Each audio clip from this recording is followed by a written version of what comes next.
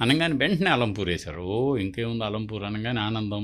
ఎందుకంటే అద్భుతమైనటువంటి నవబ్రహ్మేశ్వరాలయాలు 9 ఆలయాలు, జోగులాంబ ఆలయం ఇవన్నీ ఉన్నాయి కదా! అక్కడుంటే ఎప్పుడు లేచిన దగ్గర నుంచి ఆ గుళ్ళల్లోనే వాటిని చూసుకుంటూ మనం విజ్ఞానాన్ని కూడా ఇంకొంచెం పెంపొందించుకోవచ్చు. చదివిన చదువుకి సార్థకత లభిస్తుంది అని నేను ఫీల్డ్‌కెళ్తాను, ఫీల్డ్ స్టాఫ్‌గా వెళ్తాను అని అన్నప్పుడు వాళ్ళు అంగీకరించారు. అక్కడ చుట్టుపక్కలున్న అంటే నీటి ముంపు, దేవాలయాల తరలింపు శ్రీశైలం ప్రాజెక్టులో కడుతున్నప్పుడు దాదాపుగా మహబూబ్ నగర్ జిల్లా, కర్నూలు జిల్లాల్లో 102 గ్రామాలు ముంపుకు గురైనయి. హ్మ్. జలాశయం పైకి పెరుగుద్దిగమ్మా. అవును. డ్యామ్ దగ్గర నీళ్లు పెరిగే కొందికి ఈ నీళ్లు అవును. పెరుగుతాయి కదా! అవును. ఆ అవును. పెరిగినప్పుడు బూళ్ళు మునిగిపోతాయి. అవును. వాళ్ళంతా ప్రజలకు పునరావాసం ఉంది. కానీ హ్మ్. ఆలయాలకి లేదు కదా! అదిగో ఇది ప్రభుత్వం ఒక అంటే దాన్ని ఆలయాలను కూడా మనం కాపాడుకోవాలి అన్నటువంటి ఆ పథకంలో భాగంగా మాకు ఉద్యోగాలొచ్చాయి. తెలీదు. హ్మ్. ఊహకందనటువంటిదనదు.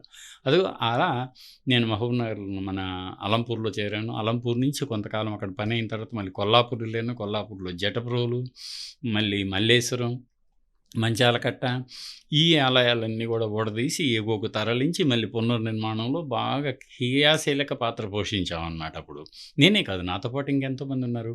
ఈయన పద్మశ్రీ వేలు అని ఒక ఆయన ఉన్నాడు. ఆయన మొన్న ఈ మధ్య పద్మశ్రీ వచ్చింది. ఆయన కూడా మాతో పాటు నా ఆ! కొలీగ్. ఓకే. ఇంకా డాక్టర్ పి. సుబ్రహ్మణ్యం అని ఒక ఆయన. హ్మ్. అలా దాదాపుగా మేమంతా కలిపి ఒక 40 మందిమి పనిచేసాం. శిల్పులం ఒకేసారి హాయిగుండేది. ఒక్కొక్కళ్ళు డ్రాయింగులేయటం పోటీలుండేవి మాకు.